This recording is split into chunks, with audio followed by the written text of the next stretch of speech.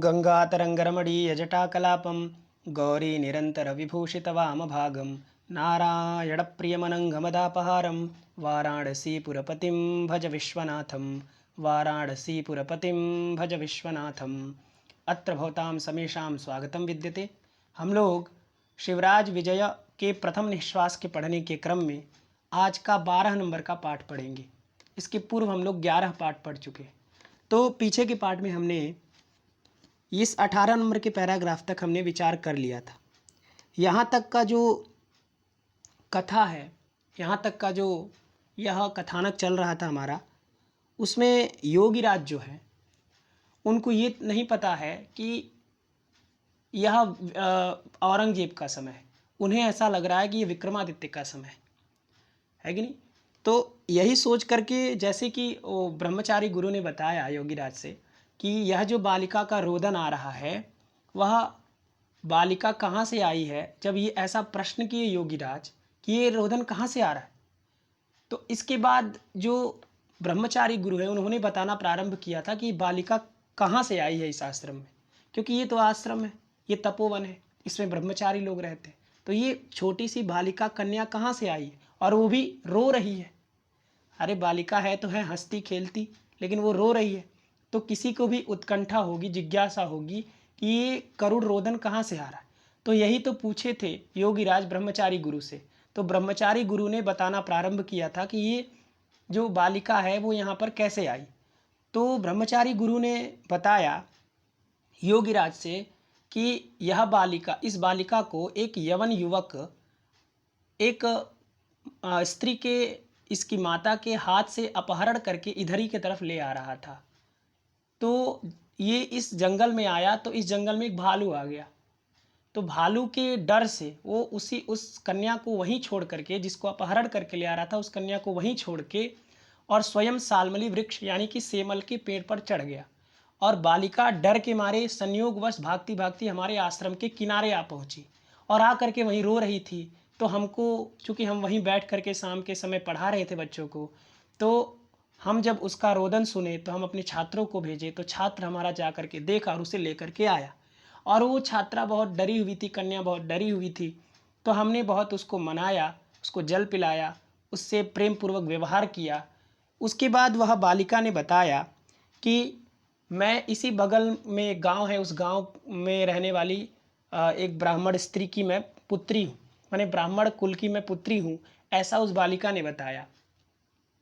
तो फिर योगीराज ने कहा कि विक्रम के समय, क्योंकि योगीराज को नहीं पता, क्योंकि योगीराज जो है वह विक्रम के समय में समाधि लगाए थे और इस समय उठ करके आ रहे हैं। तो उन्होंने कहा योगीराज जी, योगीराज ये समझे कि ये विक्रमादित्य का समय है, और ये सोच करके उन्होंने प्रश्न किया कि विक्रमादित्य के समय में भी इतना दुराचार उपद्रव, कोई किसी को अपहरण कर ले रहा है, ये जो दुराचार उपद्रव है, ये इतना भयानक, ये जो दुष्ट आचरण है, यह विक्रमादित्य के समय में कैसे हो रहा है। तो इसका उत्तर देते हुए ब्रह्मचारी गुरु ने कहा था कि कहाँ ये विक्रमादित्य का समय है, ये विक्रमादित्य का समय नहीं है। विक्रमादित्य का समय तो बीत गया, बहुत साल पहले था। विक्रमादित्य का समय तो बहुत साल पहले था, ये विक्रमादित्य का समय नहीं है। ठीक है। उसके बाद उन्होंने बताया, योगीराज जी ने ये ब्रह्मचारी गुरु ने बताया कि इस समय क्या क्या स्थिति हो रही है। इसमें वेद फाड़े जा रहे हैं, पुराण को पीसा जा रहा है, मंदिरों को तोड़ा जा रहा है, ये स्त्रियों का अपहरण हो रहा है, धनों को लूटा जा रहा है, आग लगाया जा रहा है, घरों को गिराया जा रहा है, ये सब उन्होंने बताया। तो ये सब सुन करके योगीराज आश्चर्यचकित है, क्योंकि उन्हें ऐसा लग रहा है कि विक्रमादित्य का समय है, और विक्रमादित्य का समय तो बीत गया है। 1500 साल पहले था, 1700 साल पहले था, है कि नहीं। इस समय तो औरंगजेब का समय है। तो इसके बाद फिर ब्रह्मचारी गुरु ने बताया कि महाराज, आप चूंकि समाधि में चले गए थे, और समाधि में जा कर के आप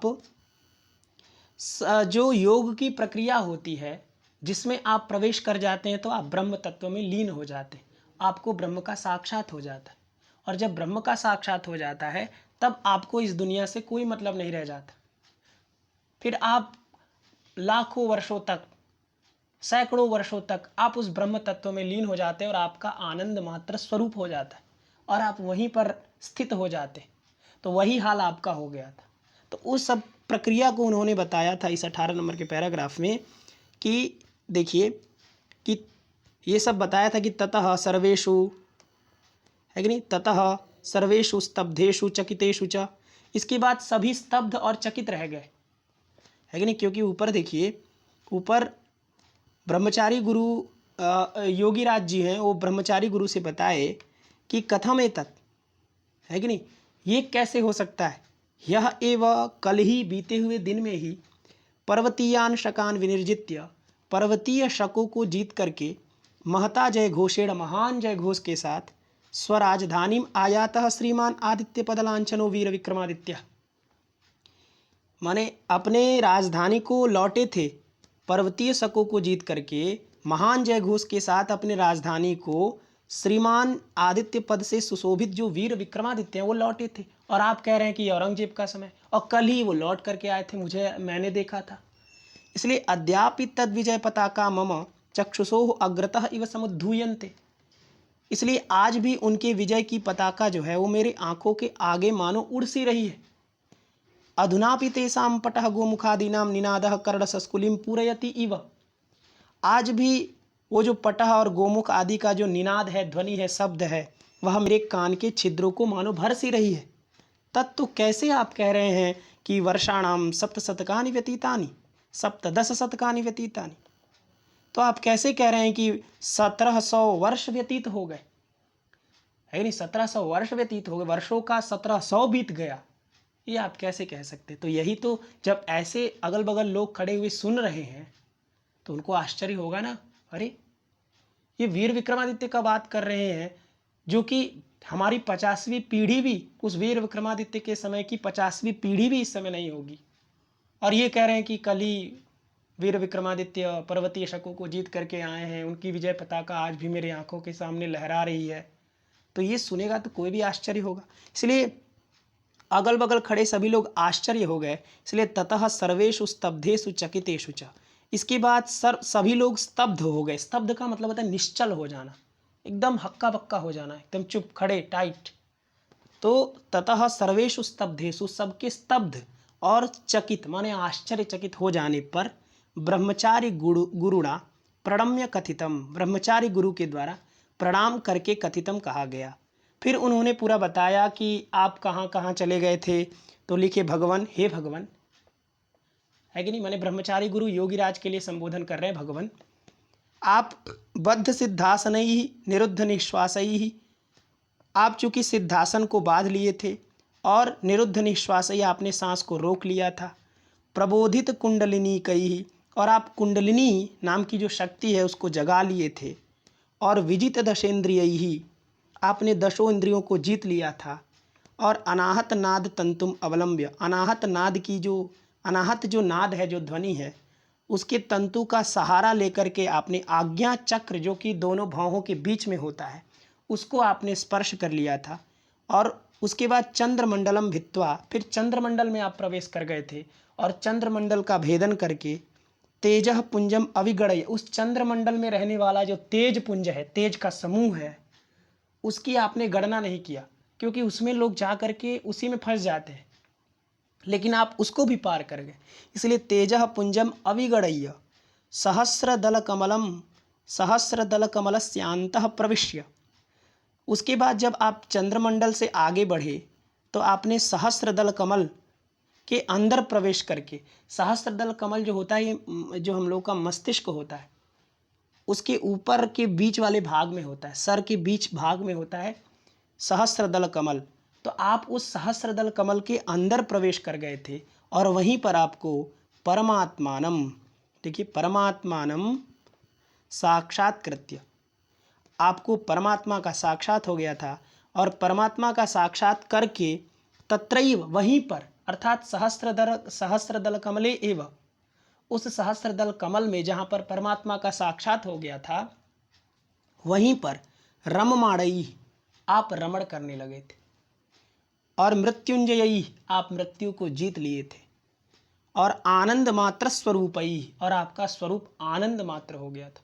अब भाई जिसको परमात्मा मिल जाए उसका स्वरूप आनंद मात्र ही तो होगा, इसलिए आनंद मात्र स्वरूप और ध्यानावस्थित ही, आप ध्यान में अवस्थित स्थित हो गए थे, इस कारण से भवादृश ही, आप जैसे लोगों के द्वारा न ज्ञायते काल वेग, आप काल के वेग को नहीं जान पाते।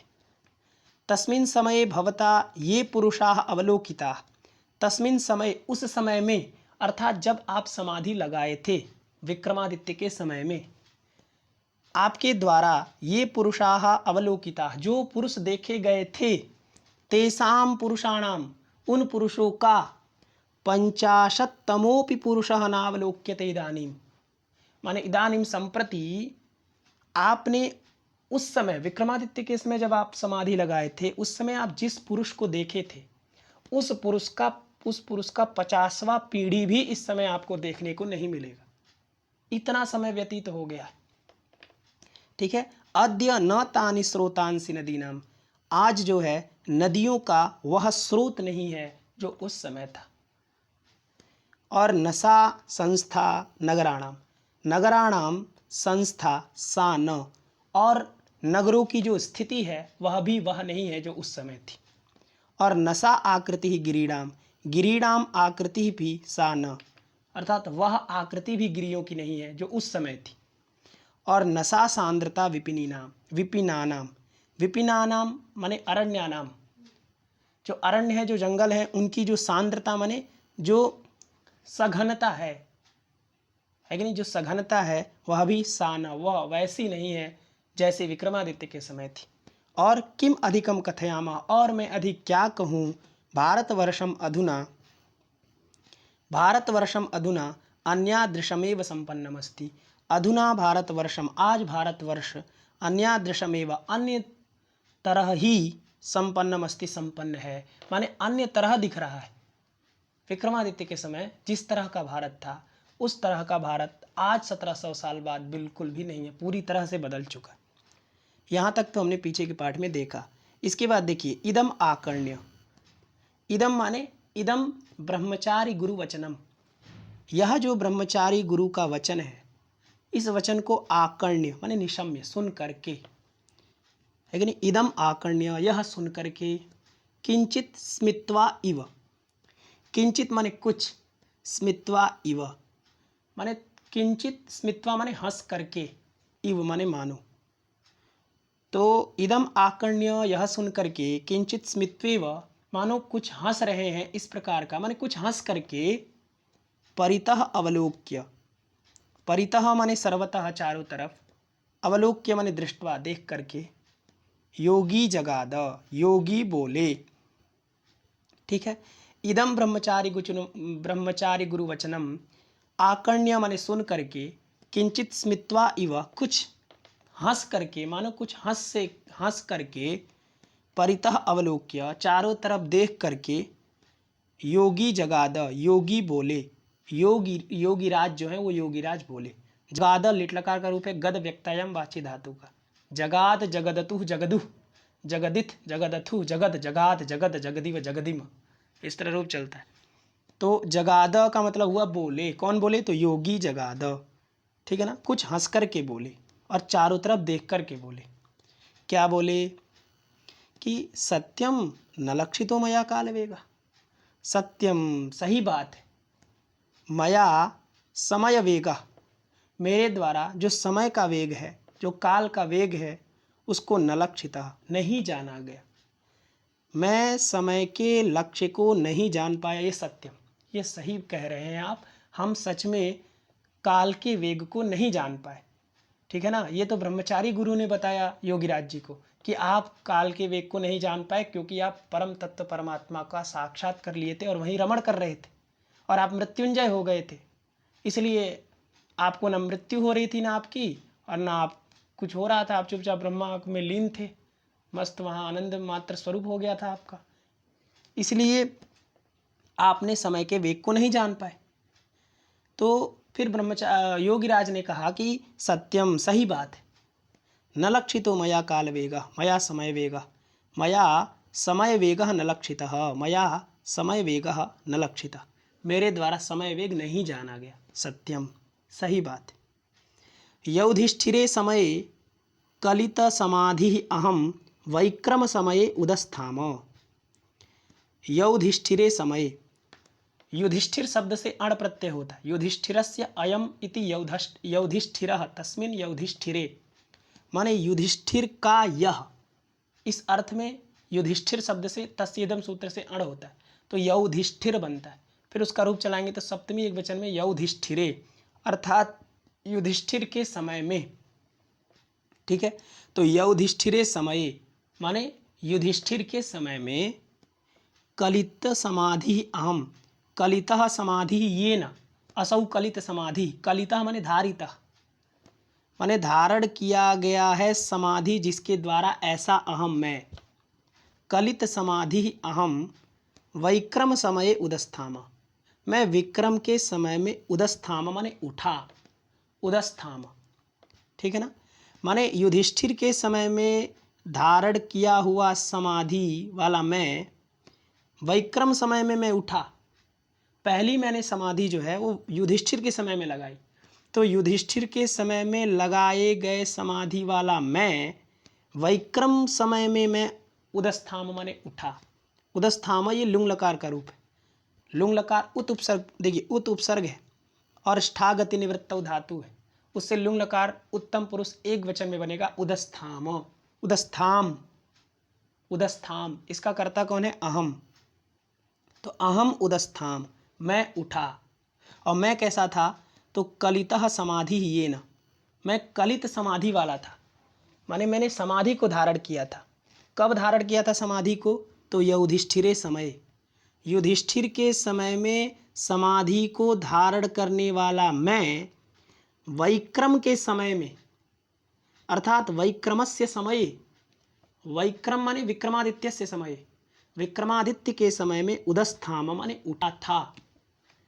पुनश्च और फिर से, ठीक है, पुनश्च माने और फिर से, और फिर वैक्रम समय, वैक्रम के समय में माने विक्रम के समय में, विक्रमस्य अयम इति वैक्रमः, यहाँ भी अण प्रत्यय होगा, तो विक्रमस्य अयम इति वैक्रमः और तस्य समय इति वैक्रम समय, माने विक्रम के समय में समाधिम आकलय्य, समाधिम माने ध्यानम, समाधि को, ध्यान को, आकलय्य माने धारण करके, आकलय्य माने समालंब्य, उसका सहारा लेकर के, समाधि का सहारा लेकर के माने समाधि को धारण करके, अस्मिन इस दुराचारमय समय, इस दुराचारमय समय में, माने दुराचार और मय, मयट ये प्रत्यय होता है जिसका अर्थ होता है युक्त अथवा प्रचुरता। तो दुराचार की प्रचुरता है जिसमें, ऐसे समय में, तो दुराचारमय समय है कि नहीं, माने दुराचार माने अत्याचार और मैं माने युक्त, तो दुराचार से युक्त जो समय, ऐसे समय में अहम मैं उत्थितो अस्मि, मैं उठा हूँ। ठीक है ना, माने मैं युधिष्ठिरे समय कलित समाधि अहम, युधिष्ठिर के समय में धारण किए हुए समाधि वाला मैं वैक्रम के समय में उठा था।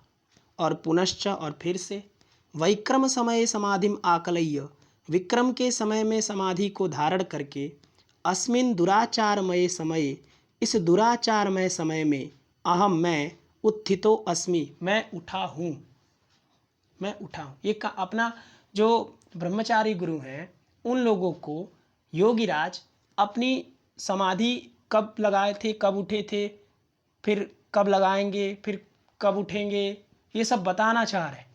तो बता रहे हैं वही कि मैं पहली समाधि जो है युधिष्ठिर के समय लगाया था, और दूसरी समाधि फिर मैं पहली समाधि युधिष्ठिर के समय लगाया, फिर दूसरी समाधि मैं विक्रम के समय लगाया, और इस समय मैं उठाऊँ फिर जाके मैं समाधि ही लगाऊंगा।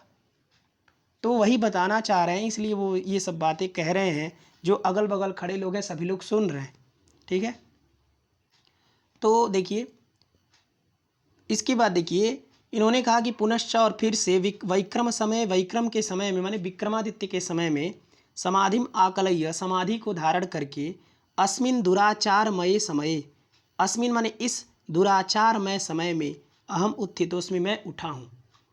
अहम माने मैं, अहम माने मैं, योगी, योगिराट, अहम माने योगिराट, तो अहम मैं, पुनः माने फिर से, गत्वा माने जा करके, समाधिमेव कलयिष्यामि। समाधिम एव माने समाधि को ही, कलयिष्यामि माने संधारयिष्यामि, मैं फिर से जाकर के समाधि को ही धारण करूँगा। ठीक है ना। अहम माने मैं, पुनः माने फिर से, गत्वा माने जा करके, समाधिमेव समाधि को ही, ध्यान को ही, कलयिष्यामि संधारयिष्यामि मैं धारण करूँगा। किंतु किंतु तावत् संक्षिप्य कथ्यताम का दशा भारतवर्षस्य इति। मैं फिर से जाकर के समाधि ही लगाऊंगा, लेकिन किंतु तावत माने तब तक, तावत माने तब तक, संक्षिप्य माने संक्षेप करके, कथ्यताम कहिए, का दशा क्या दशा है, भारतवर्षस्य इति। भारतवर्षस्य का दशा, भारतवर्षस्य का दशा, कथ्यताम और संक्षिप्य, संक्षेप करके भारतवर्ष की क्या दशा है हमें बताइए। किससे बोले? योगीराज जी बोले। किससे बोले? ब्रह्मचारी गुरु से बोले। सुन सभी लोग रहे, लेकिन विशेष करके ब्रह्मचारी गुरु से उन्होंने कहा कि मैं, सही बात है, सत्यम न लक्षितो मया कालवेगः, मया कालवेगः समय वेगः न लक्षितः, मेरे द्वारा समय का वेग नहीं जाना गया।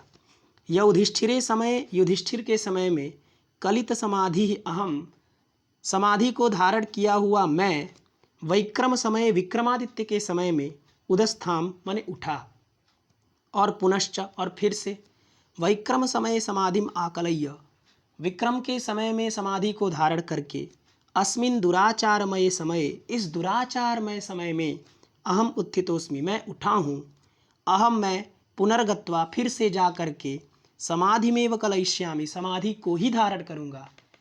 किंतु लेकिन तावत तब तक, भारतवर्षस्य का दशा, भारतवर्ष की क्या दशा है, कथ्यताम कहिए, संक्षिप्य माने संक्षेप करके, संक्षिप्य में क्त्वा और ल्यप है, सम उपसर्ग है, क्षिप प्रेरणे धातु है, क्त्वा है और ल्यप है उसको, तो संक्षिप्य माने संक्षेप करके, संक्षेप करके कहिए। संक्षिप्य ये विशेषण है कथ्यताम का, संक्षिप्य कथ्यताम माने संक्षेप करके कहिए। बात समझ में आ गया। इसके बाद देखिए, तत्संश्रुत्य, तत्संश्रुत्य वह सुन करके, तत् माने वह, तो तत् माने ये हो गया योगिराट वचनम, योगिराट के, योगिराज जी के वचन को, संश्रुत्य माने सुन करके, सम उपसर्ग पूर्वक श्रवणे धातु है, यानी उसको, उससे अक्त्वा हुआ, उसको ल्यप हुआ, ल्यप होने के बाद हरस्वस्य पिति कृति तुक से तुक हो गया, तो संश्रुत्य, संश्रुत्य का अर्थ हुआ सुन करके, तो तत्संश्रुत्य वह सुन करके, भारतवर्षीय दशा संस्मरण संजात शोको और हृदयस्थ प्रसाद संभारोद्गिरण श्रमेण इव अतिमंथरेण स्वरेण मास्म धर्मध्वंसन घोषणैः योगिराजस्य धैर्यम् अवधीरय इति कंठं रुन्धतो वाष्पान् अविगणय्य नेत्रे प्रमृज्य उष्णं निःश्वस्य कातराभ्याम् इव नयनाभ्यां परितः अवलोक्य ब्रह्मचारी गुरुः प्रवक्तुम् आरभते, आरभत, प्रवक्तुम आरभत। तत्संश्रुत्य वह सुन करके, ब्रह्मचारी गुरु प्रवक्तुम आरभत, ब्रह्मचारी गुरु प्रवक्तुम माने बोलने के लिए, आरभतम आरंभ किए, बोलना आरंभ किए। वह सुन करके ब्रह्मचारी गुरु बोलना आरंभ किए।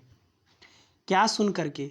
तो ऊपर जो उन्होंने कहा कि मैं युधिष्ठिर के समय में समाधि लगाया था, उसके बाद मैं विक्रमादित्य के समय में उठा, फिर मैं विक्रमादित्य के समय में समाधि लगाया था, तो इस दुराचार में समय में उठा हूँ और फिर मैं जाकर के समाधि ही लगाऊंगा, लेकिन मैं भारतवर्ष की दशा को जानना चाहता हूँ, इसलिए संक्षेप में मुझे भारतवर्ष की दशा की, भारतवर्ष की क्या अवस्था है, क्या दशा है, उस दशा को हमें संक्षेप में बताइए।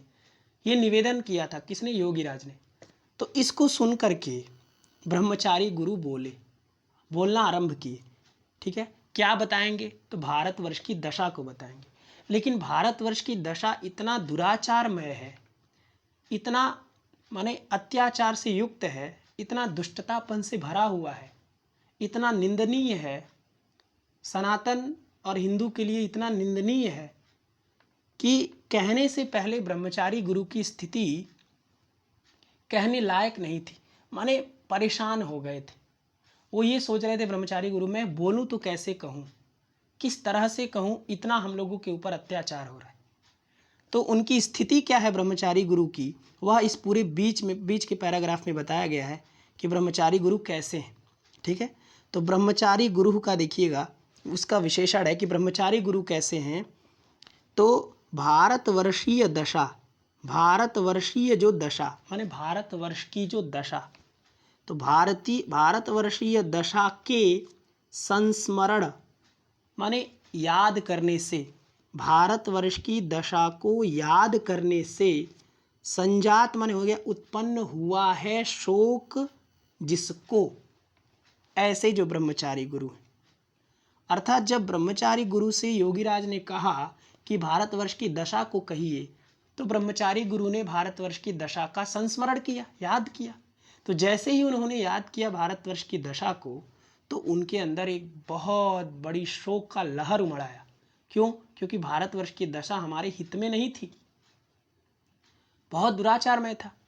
तो उनके अंदर जो शोक उत्पन्न हुआ, कैसा शोक था, तो इसलिए लिखा, देखिए, भारतवर्षीय या दशा माने भारतवर्षीया या दशा, तस्याः दशायाः संस्मरणेन संजातः उत्पन्नः शोकः दुःखः यस्य एवं भूतः सह ब्रह्मचारी गुरुः प्रवक्तुम आरभत। इस तरह से अन्वय करना है। भारतवर्ष की दशा के संस्मरण से उत्पन्न हो गया है शोक जिसको, ऐसे ब्रह्मचारी गुरु हो गए थे। उनको शोक उत्पन्न हो गया था, उनको दुख उत्पन्न हो गया था। और वो दुख कैसे उत्पन्न हुआ था, तो भारतवर्ष की दशा के संस्मरण से उत्पन्न हुआ था। माने शोक उत्पन्न होने में भारतवर्ष की दशा का संस्मरण कारण है। और भारतवर्ष की दशा के संस्मरण से संजात माने उत्पन्न हो गया है शोक जिसको, तो शोक ये उत्पन्न हुआ है। और इस उत्पन्न होने का कारण क्या है, भारतवर्ष की दशा का संस्मरण। बात समझ में आ गई। तो भारतवर्ष की दशा का संस्मरण से उत्पन्न हो गया है शोक जिसको, ऐसे ब्रह्मचारी गुरु बोलना प्रारंभ किए। ऐसे ब्रह्मचारी गुरु हो गए थे जो बस जैसे ही योगीराज ने कहा कि भारतवर्ष की दशा सुनाइए, इनको शोक भराया। क्यों? क्योंकि बहुत दुराचार में समाचार है भारत का। और कैसे हो गए थे, तो देखिए, हृदयस्थ प्रसाद संभारोद्गिरण श्रमेण इव, इव यहाँ पर उत्प्रेक्षा है माने मानो, श्रमेण इव यहाँ पर गुण संधि है, अ ई मिल के ए हो गया, तो श्रमेण इव, श्रमेणेव, तो श्रमेण इव हृदयस्थ माने हृदये तिष्ठति इति हृदयस्थ, हृदय में स्थित जो प्रसाद माने प्रसन्नता, तो हृदय में स्थित जो प्रसाद माने प्रसन्नता, और उस प्रसन्नता का जो संभार है माने जो समूह है, हृदय में स्थित, किसके हृदय में, तो ब्रह्मचारी गुरु के हृदय में। तो ब्रह्मचारी गुरु के हृदय में स्थित जो प्रसाद का जो संभार है, प्रसन्नता का जो समूह है, उस समूह के उद्गिरण माने उगलने के श्रम माने परिश्रम से, चूंकि ब्रह्मचारी गुरु के हृदय में प्रसन्नता भरी हुई थी। किस चीज़ की प्रसन्नता भाई?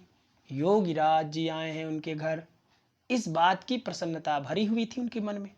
लेकिन जैसे ही योगीराज ने कहा कि मुझे भारतवर्ष की दशा सुनाइए, तो जितना उनके हृदय में प्रसाद का संभार भरा हुआ था, प्रसन्नता का समूह भरा हुआ था, वह सब उद्गिरण हो गया, वो सब खत्म, उगिल दिए माने उल्टी हो गया। उद्गिरण का मतलब वमन है कि नहीं, माने उल्टी हो गया। क्यों? जो प्रसाद का संभार था वो सब उगिल दिए, क्योंकि अब दुख ही दुख भरा है। जब भारतवर्ष की दशा सुनाना है तो भारतवर्ष की दशा तो दुखी दुखी, इसलिए दुख भरा है। तो बात समझिए, लेखनी देखिए अंबिका दत्त व्यास जी की, उन्होंने लिखा कि हृदय में स्थित जो प्रसाद का संभार था, प्रसन्नता का समूह था, उसके उगलने के श्रम से, इव माने मानो अति मंथरेण स्वरेण, अत्यंत मंथर स्वर से, अत्यंत मंथर माने होता है धीमा, तो अत्यंत धीमे स्वर से बोले, अत्यंत धीमे स्वर से पहले मन में सोचे कि मास्म धर्म ध्वंसन घोषणैः योगिराजस्य धैर्यम अवधीरय। ठीक है, तो पहले देखिए, हृदयस्थ प्रसाद संभारोद्गिरण श्रमेण इव, हृदय में स्थित जो प्रसन्नता का संभार माने समूह है, उसके उगिलने से, उगिलने के श्रम से, परिश्रम से मानो जिसका स्वर जो है वो अत्यंत मंथर हो गया। अब ब्रह्मचारी गुरु का स्वर एकदम मंथर हो गया, एकदम धीमा हो गया। क्यों? क्योंकि वो श्रम किए थे। किस चीज़ का श्रम किए थे भाई? तो जो उनके मन में प्रसन्नता का समूह था उसको उगिल दिए। तो जब कोई भी व्यक्ति जब वमन करता है, उल्टी करता है, उगिलता है कोई चीज़, तो उसकी शक्ति क्षीण हो जाती, तो वो व्यक्ति एकदम धीरे धीरे बोलता है। तो यहाँ पर उत्प्रेक्षा की गई संभावना इसलिए है, यहाँ पे संभावना ये है कि जो ब्रह्मचारी गुरु के अंदर जो प्रसन्नता का संभार था उसके उगिलने से, अब बताइए प्रसन्नता का संभार समूह कभी उगला जा सकता है क्या? प्रसन्नता के समूह को कभी भी नहीं उगला जा सकता। वो ऐसा कोई है पदार्थ ही नहीं है जिसको उगला जा सके, वो अदृश्यमान है। ठीक है, इसीलिए यहाँ पर संभावना है।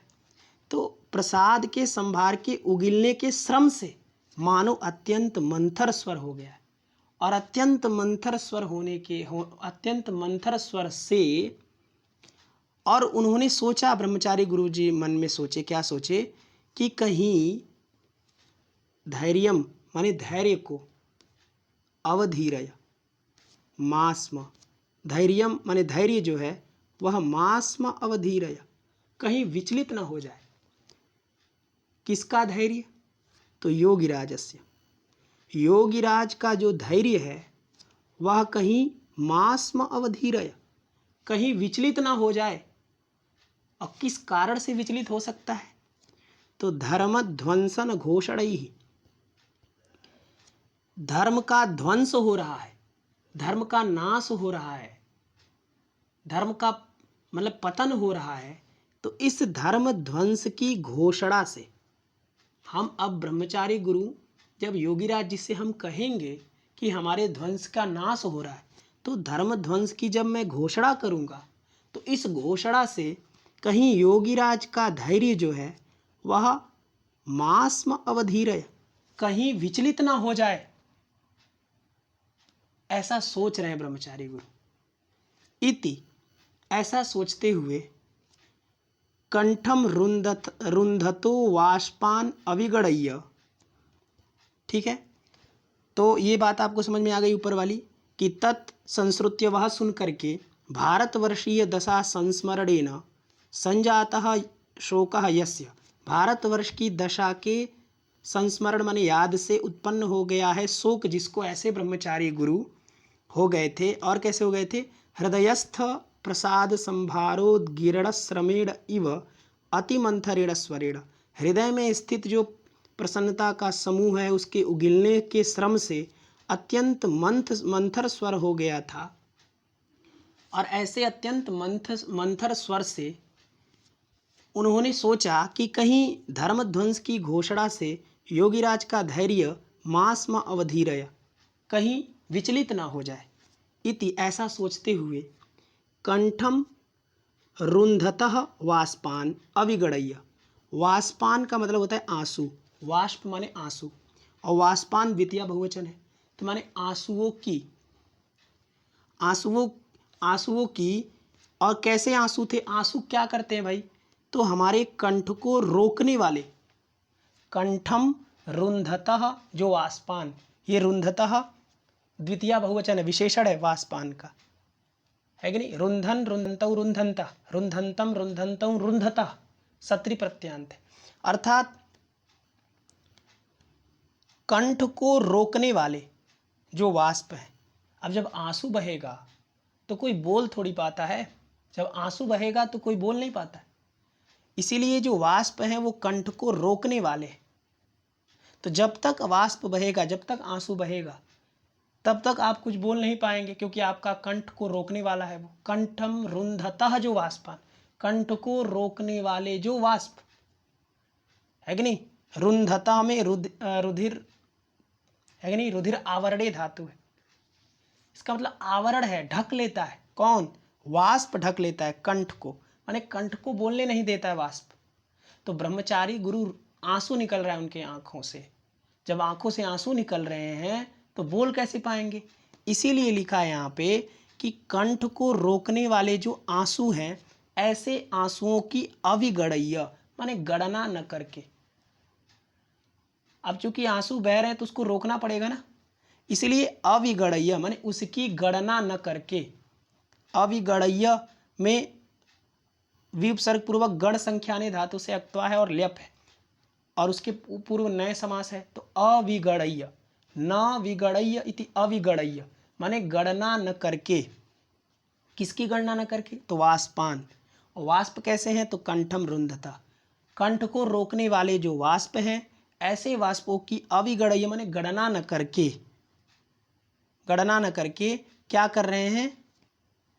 और जब गणना नहीं किए माने वाष्पों की गणना नहीं कर रहे, माने आंसुओं की गणना नहीं कर रहे हैं। इसका मतलब अब आंसू नहीं बहा रहे, इसलिए आगे लिखा है नेत्रे प्रमृज्य। नेत्रे माने दोनों नयनों को, प्रमृज्य माने पोंछ करके। प्रमृज्य, प्रमृज्य में प्रउपसर्ग पूर्वक मृजु शुद्ध धातु से अक्त्वा लेप है, माने शुद्ध करके, धो करके। तो नेत्रे प्रमृज्य माने नेत्रों को पोंछ करके। उषणम निःश्वस्य, उषणम माने गर्म, निःश्वस्य माने सांस लेकर के। कातराभ्याम इव नयनाभ्याम परितः अवलोक्य। कातराभ्याम इव नयनाभ्याम, कातरा माने होता है दुखी, कातर माने होता है दुखी। तो कातराभ्याम जो नयनाभ्याम, जो अत्यंत कातर, अत्यंत दुखी जो नयन है, ऐसे नयनों से, ऐसे नयनों के द्वारा, परितः माने चारों तरफ, अवलोक्य माने दृष्टवा देख करके, ब्रह्मचारी गुरु, ब्रह्मचारी गुरु, प्रवक्तुम माने बोलने के लिए, आरभत माने आरंभ किए, बोलना आरंभ किए। ब्रह्मचारी गुरु बोलना आरंभ किए। तो बात समझ में आ गई ब्रह्मचारी गुरु की क्या स्थिति है। एकदम रो रहे हैं, आंखों से आंसू आ रहे हैं, लेकिन आंखों से आंसू आ रहे हैं तो बोल नहीं पाएंगे, क्योंकि आंसू कंठों को रोकने वाले होते हैं। इसलिए उन्होंने आंसुओं की गणना नहीं की, आंसुओं की परवाह नहीं की, और अपने नेत्रों को पोंछ लिया। उषणम निःश्वस्य, गर्म सांस लिया, अत्यंत दुखी अपने नयनों से।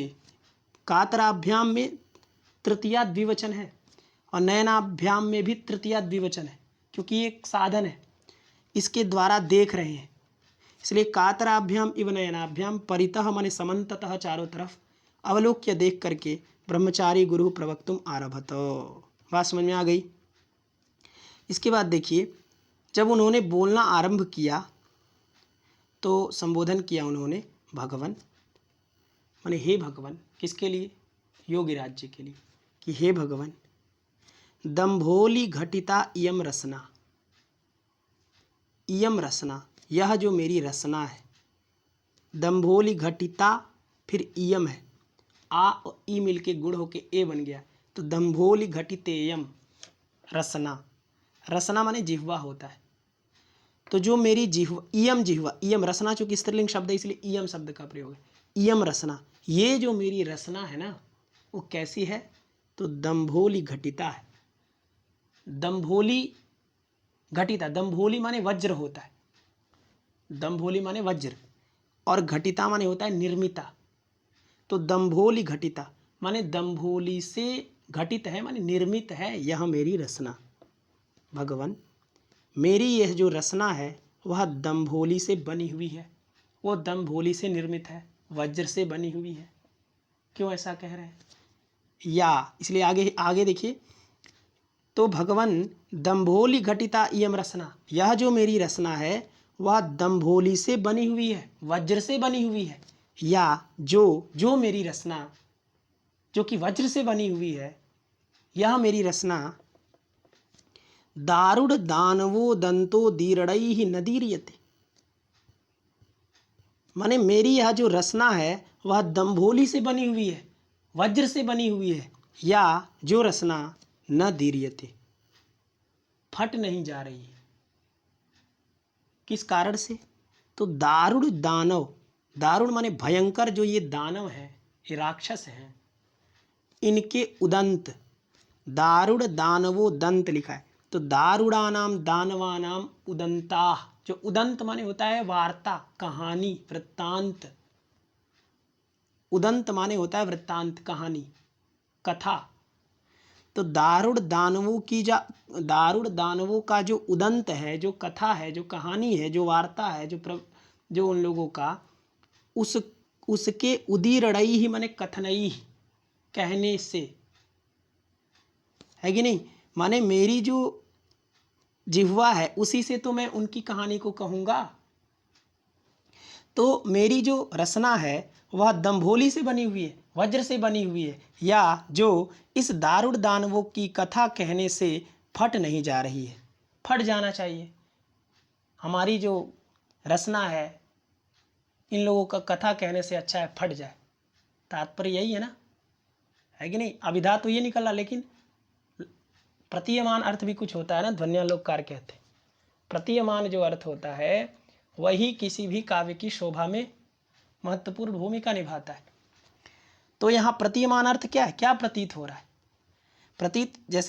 प्रतीत ये हो रहा है कि मेरी जो जिह्वा है वह दंभोली से बनी है, माने वज्र से बनी, जो कि इन दारुण जो दानव लोग हैं इनकी कहानियों को कहने से फट नहीं जा रही है। इससे बढ़िया है कि साला फट जाए, और ताकि हमें इन लोगों का कहानी कहने का मौका ही न मिले। इनका कहानी कौन कहेगा, ठीक है। तो भगवान दंभोली घटिता इयम रचना, या जो मेरी रचना दारुण ये जो दानव लोग हैं इनके उदंत माने कहानी को, उदीरणई माने कहने से, नदीर्यते माने नहीं फट रहा है। और लोहसारमयम हृदयम, और जो मेरा हृदय है वह लोहसारमय, लोहसार माने लोहा होता है, और मय माने युक्त होता है। तो लोहसारमयम माने लोहसारमय वाला मेरा हृदय है, माने लोहा से बना हुआ मेरा हृदय है। यत जो हृदय, संस्मृत्य याद करके, क्या याद करके, तो यावनान परसहस्रान दुराचारान संस्मृत्य। यावन माने यवनों का, जो परसहस्रान, सहस्रात पराह इति परसहस्राः तान परसहस्रान, सहस्रों से पर माने अधिक, हजारों से अधिक जो दुराचार है, ऐसे दुराचारों को संस्मृत्य याद करके मेरा जो हृदय है वह सतधा न भिद्यते, 100 प्रकार से नहीं कट जा रहा है। मेरा हृदय जो है लोहा से बना हुआ है, जो कि इन यवनों के हजारों से अधिक दुराचारों को याद करके सतधा न विद्यते, 100 प्रकार से नहीं कट जा रहा है। इससे अच्छा है कि मेरा हृदय जो है इनके दुराचारों को याद करने से अच्छा है कि मेरा जो हृदय है वह कट जाए, खत्म हो जाए, मर जाए, ठीक है ना। तो लोह सारमयम हृदयम, लोहा से बना हुआ मेरा हृदय है। यत जो हृदय, यावनान परसहस्रान दुराचारान संस्मृत्य शतधा न विद्यते, यवनों के हजारों से अधिक दुराचारों को संस्मृत्य याद करके शतधा न विद्यते, सैकड़ों प्रकार से नहीं कट जा रहा है। और भस्मसाच्च न भवति, और भस्म तुल्य नहीं हो रहा है। इसका मतलब भस्मीभूत नहीं हो रहा है, या तो भस्मीभूत हो जाए, है कि नहीं। लोहा से बना है ना, तभी तो नहीं हो रहा है। लोहा कभी भस्मीसात होता है क्या, और लोहा कभी 100 प्रकारों से कटता है क्या, है कि नहीं। तो एक तरह से ये व्यंग्य बोल रहे है कि नहीं। तो लोह सारमयम हृदयम, मेरा जो हृदय है लोहा से बना हुआ है। और यत जो संस्मृत्य यावनान पर सहस्रान दुराचारान, यवनों के हजारों से अधिक दुराचारों को याद करके शतधा न विद्यते, सैकड़ों प्रकार से नहीं कट जा रहा है। और भस्मसाच्च न भवति, और भस्मीभूत नहीं हो रहा है। धिक अस्मान, अस्मान धिक, हमारे ऊपर धिक्कार है। धिक के योग में द्वितीया है। धिक के योग में द्वितीया करने वाला कोई सूत्र नहीं होता है, कारिका से द्वितीया होता है कि नहीं। कारक प्रकरणे कारिका वर्तते, तस्याः कारिकायाः अत्र द्वितीया भवति। धिक योगे द्वितीया कर्तुं किमपि सूत्रं नास्ति कारक प्रकरणे। आगतं न वा। कारिका कथम कारिका अस्ति, कारिकायाः प्रकारं किमस्ति, तो तत्र लिखितमस्ति उभसर्वतसोः कार्या द्विपर्यादिषु त्रिषु द्वितीयां रेडितान्तेषु ततोऽन्यत्रापि दृश्यते। तो उभसर्वतसोः कार्या और धिगु पर्यादिषु त्रिषु, धिक, उपरि, अधस और अधि, इनके योग में द्वितीया होती है। तो इस कारिका के आधार पर द्वितीया विभक्ति होती है। धिक के योग में द्वितीया करने वाला कोई सूत्र नहीं है, ये कारिका ही प्रमाण है। भाष्य की जो कारिका है या कारिका ही प्रमाण है धिक के योग में द्वितीया करने की, ठीक है ना। इसीलिए ये ध्यान रखिएगा, धिक के योग में कोई सूत्र द्वितीया नहीं करता है। जानते तो सभी लोग हैं धिक के योग में द्वितीया होती है, लेकिन कोई सूत्र करने वाला नहीं है, इस कारिका से ही होता है। तो धिक अस्मान, अस्मान इसलिए द्वितीया है ना। अहम बनेगा अस्मत् शब्द का अहम आवाम वयम, अहम आवाम वयम माम आवाम अस्मान, तो धिक अस्मान। और कभी भी जब अपने आप को बताना होता है तो एक वचन का प्रयोग नहीं होता है। नैक वचनम प्रयुंजीत गुरु आत्मनिचेश्वरे, जब आप अपने गुरु जी का नाम लेते तब आप एक वचन का प्रयोग नहीं करना चाहिए। मतलब ये शिष्टाचार है, मनुस्मृति कहता है ये शिष्टाचार है। तो गुरु जी को जब नाम लेना हो तो गुरवः, भले एक गुरु जी आ रहे हैं लेकिन हम क्या कहते हैं, गुरवः समागताः। एक गुरु आए तो भी गुरवः समागताः, बहुत सारे गुरु जी लोग आए तो भी गुरवः समागताः, तो गुरवः कहते हैं। उसी तरह ईश्वर का जब नाम लेते हैं, जब ईश्वर का नाम लेंगे तो शिव भले एक है, शिवाय नमः लोग कहते हैं, लेकिन शिवेभ्यो नमः है कि नहीं, गुरु गुरुभ्यो नमः। ऐसा कोई नियम नहीं है कि आपको एक वचन प्रयोग करना चाहिए, बहुवचन ही प्रयोग करना चाहिए, शास्त्र निर्देश नहीं देता, लेकिन ये शिष्टाचार है। शिष्टाचार में ये होता है कि आप अपने में जब भी आपको बोलना चाहिए तो भले आप एक व्यक्ति हैं लेकिन आपको वयम, वयम पठामः, या हम लोग कहते हैं पुनर्मिलामः, तो मिलामः कहते हैं, पुनर्मिलामी ऐसा तो नहीं कहते। भले एक लोगों से ही कहना हो कि मिलते हैं फिर, तो उसको हम संस्कृत में कहते हैं पुनर्मिलामः, ऐसा तो नहीं कहते पुनर्मिलामी, है कि नहीं। या हम लोग पठामः, वयम पठामः, चलो पढ़ते हैं, तो चलो आगच्छतु पठामः, इस तरह का प्रयोग करते हैं। तो ये शिष्टाचार होता है। नैक वचनम प्रयुंजीत गुरु आत्मनिचेश्वरे, तो आत्मनि, ईश्वर और गुरु, इन तीन लोगों में कभी भी एक वचन का प्रयोग नहीं होता। इसलिए यहाँ पर देखिए जो अंबिका दत्त व्यास जी हैं वो अपने लिए बहुवचन का प्रयोग हर जगह किए हैं। तो यहाँ देखिए लिखे उन्होंने कि धिक अस्मान, माने हमारे ऊपर धिक्कार है, ये जो अद्यापि जीवाम, अद्यापि माने आज भी, जीवाम माने जी रहे हैं, श्वसिमः सांस ले रहे हैं, और विचराम विचरण कर रहे हैं इस धरती पे।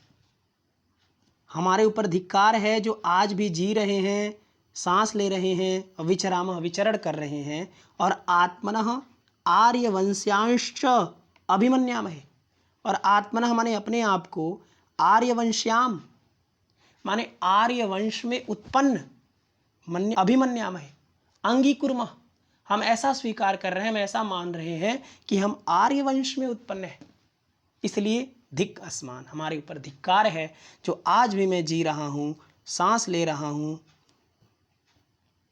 है कि नहीं। धिक अस्मान, ये अद्यापि जीवामः, श्वसिमः, विचरामः, और आत्मनः अपने आप को, आत्मनः द्वितीय बहुवचन है यहाँ पे, तो आत्मनः माने अपने आप को, और आर्यवंश्यान, आर्यवंश्यान में भी द्वितीय बहुवचन है, आर्यवंशे भवः इति आर्यवंश्यः, और उसका द्वितीय बहुवचन में आर्यवंश्यान, आर्यवंश में होने वाले को आर्यवंशीय कहते हैं, बस यह लग जाता है।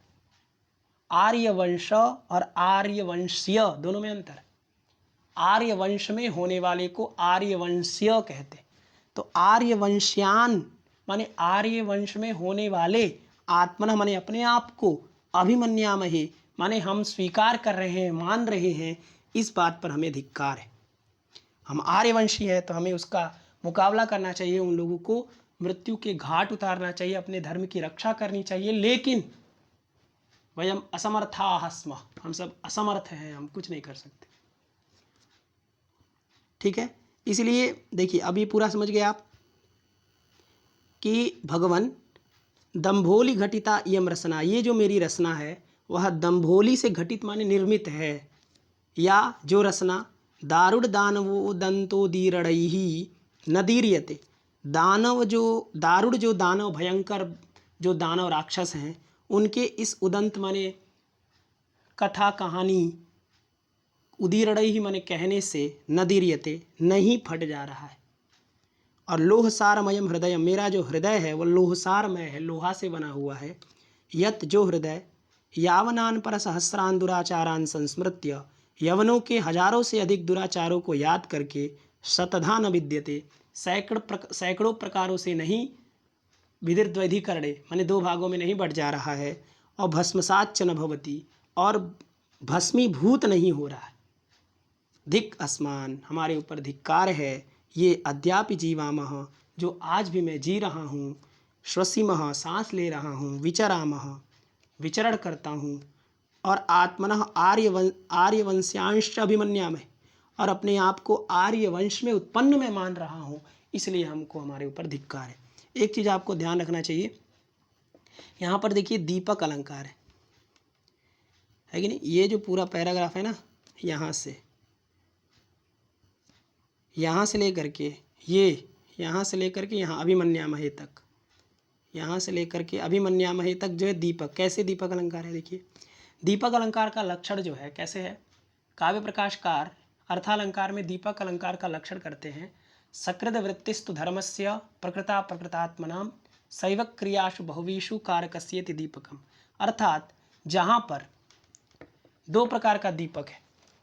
एक दीपक सकृद वृत्तिस्तु धर्मस्य प्रकृता प्रकृतात्मनाम, प्रकृत और अप्रकृत, प्रकृत कहते हैं उपमेय को और अप्रकृत कहते हैं उपमान को।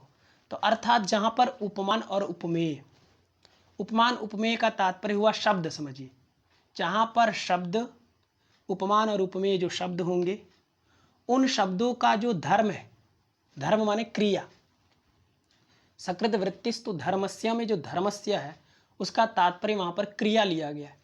तो सकृत वृत्तिस्तु धर्मस्य प्रकृता प्रकृतात्मना, प्रकृत और अप्रकृत माने उपमान और उपमेय वाचक जो शब्द हैं उन शब्दों का जो धर्म है, धर्म माने क्रिया है, वो क्रिया यदि सकृत वृत्ति, सकृत माने एक वारम, वृत्ति माने उपस्थिति, माने उपमान और उपमेय जो शब्द हैं उन शब्दों का जो क्रिया है, जो धर्म है, जो साधारण धर्म है, वह यदि एक बार उच्चरित हो, बस एक बार उच्चरित हो, उपमान और उपमेय जो शब्द हैं उन शब्दों का जो साधारण धर्म है वह एक बार उच्चरित हो, और जो उपमान उपमेय वाचक शब्द वो बहुत सारे हो।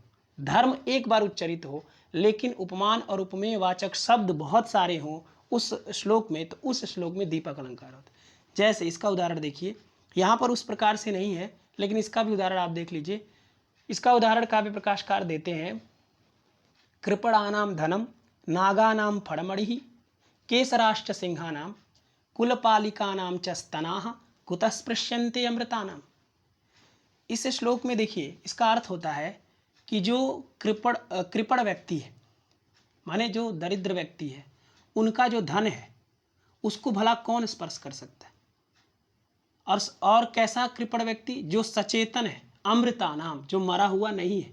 इसका मतलब जो सचेतन है, जिसमें चेतना है, जो जिंदा है, अर्थात जो जीवित है, ऐसे कृपण माने दरिद्र व्यक्तियों का जो धन है उसको कुतः स्पृश्यन्ते, कहाँ से स्पर्श किया जा सकता है। अर्थात उसके धन को कोई नहीं ले सकता, स्पर्श भी नहीं कर सकता, क्योंकि एक तो वो कृपण है, बड़ा मुश्किल से उसके पास धन आया है, कोई लेने जाएगा तो देगा, उल्टा मारेगा उसको। इसलिए कृपणा नाम धनम, जो कृपण व्यक्ति हैं उनके धन को कुतः स्पृश्यन्ते, कहाँ से स्पर्श किया जा सकता है।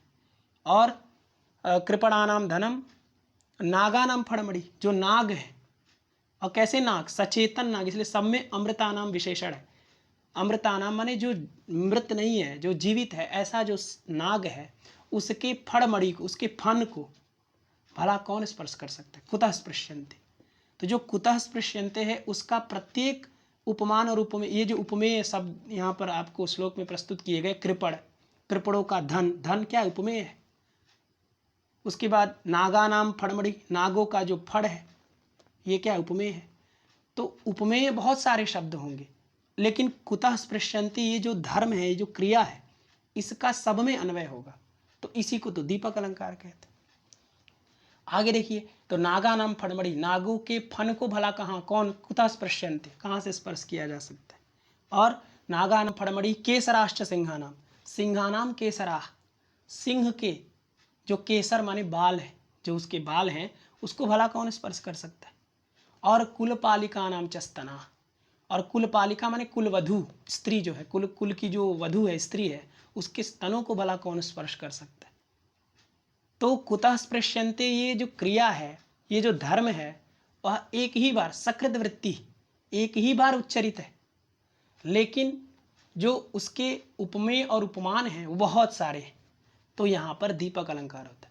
ये प्रथम प्रकार होता है। द्वितीय प्रकार क्या होता है, उसमें क्या होता है, शैव क्रियासु बहुवीषु, बहुवीषु क्रियासु, बहुत सारी क्रियाएं होती हैं, लेकिन कारकस्य सकृत वृत्ति, कारक की एक ही बार वृत्ति होती है, माने एक ही बार उच्चरित होता है।